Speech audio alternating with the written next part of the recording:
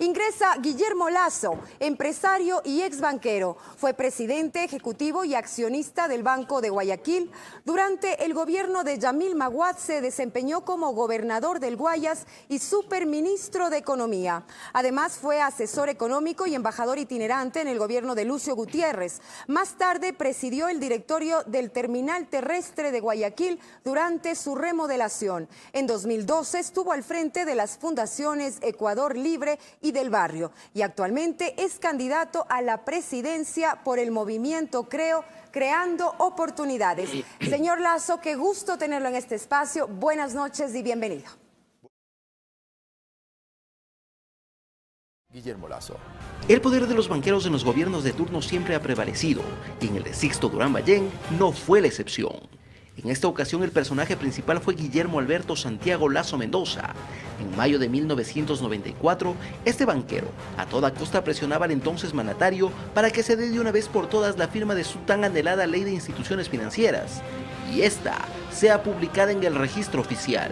Multibanco BG, hoy Banco de Guayaquil, entidad liderada por Guillermo Lasso, como presidente ejecutivo, publicaba en los principales medios escritos del país mensajes como estos. Señor Presidente de la República, nuestros clientes esperan ansiosos su firma a la Ley de Instituciones Financieras para recibir intereses por sus saldos en cuenta corriente. Pero algo que no decía este banco es lo que en verdad estaba oculto, sencillamente que la ley estaba al servicio de todos los banqueros y no al servicio de la ciudadanía en general. Los hermanos Ortega Trujillo, dueños del Banco Continental, no la desaprovecharon para precautelar sus intereses. Así es, sus propios intereses. Recibieron continuamente préstamos de liquidez, pero estos no fueron suficientes, es así que exigieron más y más dinero. En marzo de 1996 se les entregó nada menos que 485.000 millones de sucres, 133 millones de dólares en la época. Prácticamente, digamos, el banco quiebra y el Estado, a través del Banco Central, sale y salva a ese banco. Este salvataje no hubiese sido posible sin la ayuda del banquero Guillermo Lasso, vocal de la Junta Monetaria, juez y parte. A la vez era vocal y también representaba a la banca privada. Pero los 485.000 millones de sucres nunca fueron recuperados y el banco quebró, esfumándose también el dinero de 240.000 depositantes. La aprobación de esa ley es la que abrió la puerta a todos los desajustes, desbalances y picardías que terminaron con la quiebra de esa gran cantidad de El señor Lasso, para otorgar el crédito al Continental, primero revisó los balances del banco. Y si no lo hizo, esta sería una actitud prudente para un banquero. Guillermo Lasso cumplía doble función. Por un lado era vocal de la Junta Monetaria y por el otro representaba a la banca. Es decir, fue juez y parte. Esto dio paso al feriado bancario. La mayoría de banqueros exigía dinero al Estado, dinero que nunca lo devolvieron, provocando que millones de compatriotas migren en busca de mejor suerte, abandonando a la familia, a su familia, a la misma familia que Lasso dice defender. ¿Para qué ahora? ¿Qué nos dejan, señorita? ¿Para qué? Yo soy madre de 5 hijos. Si no es plata que me he encontrado en la calle ni nadie me ha regalado, señor. ¿Cómo pueden imaginar que cosa de estas? Es una infamia e injusticia. ¿Qué hago con mi familia, señor? Y el Yamil tiene que hacer, porque es la política sucia, la política neoliberalismo de este infeliz Yamil. Y le obligaron a que abra una cuenta de ahorros para pagar los intereses. Y dijeron que el lunes podíamos venir a retirar los intereses, pero resulta que el día lunes ya se ha cerrado el banco. O sea, esta situación estuvo ya planificada. Hemos llegado a un momento en que el pueblo ya no cree en las entidades crediticias. El señor presidente de la República dijo que no se iba ningún banco a la quiebra. ¿En quién podemos creer ya? Y le pido, señor presidente, no nos dejen a la calle, por favor. No nos dejen, por favor. Yo tengo 61 años. No soy retirado, pero he ahorrado trabajando. Si ya no voy a tener con qué mantenerles, entonces ¿para qué? ¿Para qué quiero mi vida? Testimonios como estos se multiplicaron por miles. Guillermo Lasso fue vocal de la Junta Monetaria entre 1994 y 1996 y a la vez era presidente de la Asociación de Bancos Privados del Ecuador. Mire usted. Según la Comisión Auditora de la Deuda Externa, el Banco de Guayaquil, entidad liderada por Guillermo Lasso, entre 1993 y 1996, es decir, en el tiempo que fue vocal de la Junta Monetaria, llegó a tener bonos de deuda interna por más de 5.700 millones de sucres. Este tipo de bonos, que tenían riesgo cero por ser bonos del Estado, pagaban trimestralmente tasas de interés elevadas. Según expertos, esto era un negocio redondo. Los bancos podían utilizar dinero de sus acreedores para comprar deuda interna teniendo un spread de utilidad muy interesante. Y eso es lo que sucede en toda la década de los 90. Una vez más queda evidenciado que los bancos se beneficiaron del Estado. ¿Pero cómo es que tenían tanto poder? Una de las posibles respuestas sería que los banqueros apoyaban económicamente a los candidatos a la presidencia de la República, lo cual era un secreto a voces.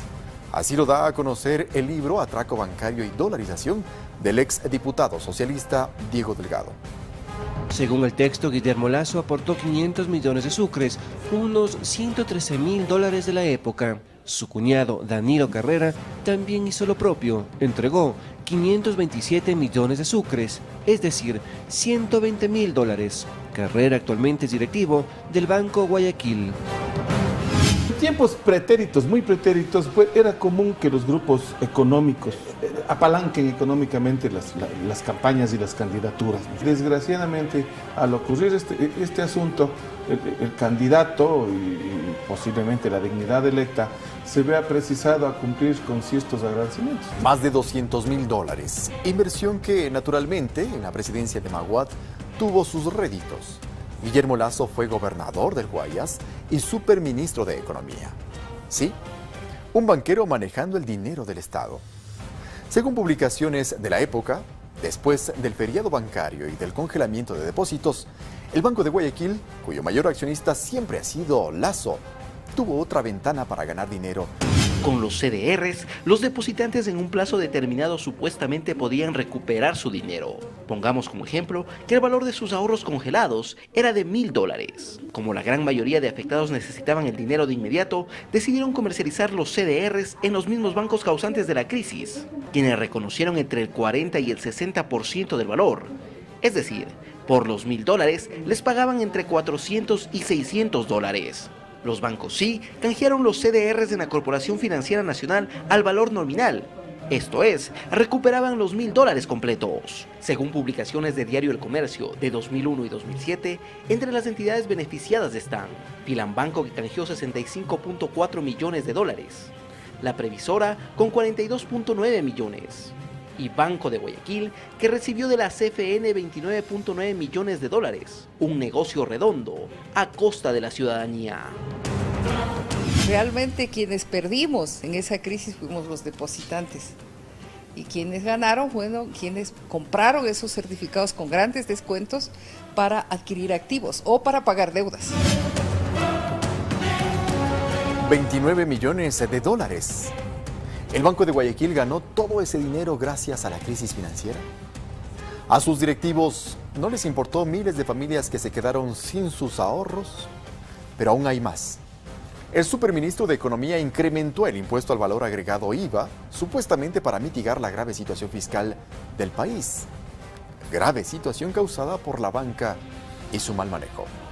En este punto el gobierno propone, a través de un proyecto de reforma tributaria, el incremento del IVA del 10 al 15% como la mejor forma para financiar el presupuesto del próximo año. Así es.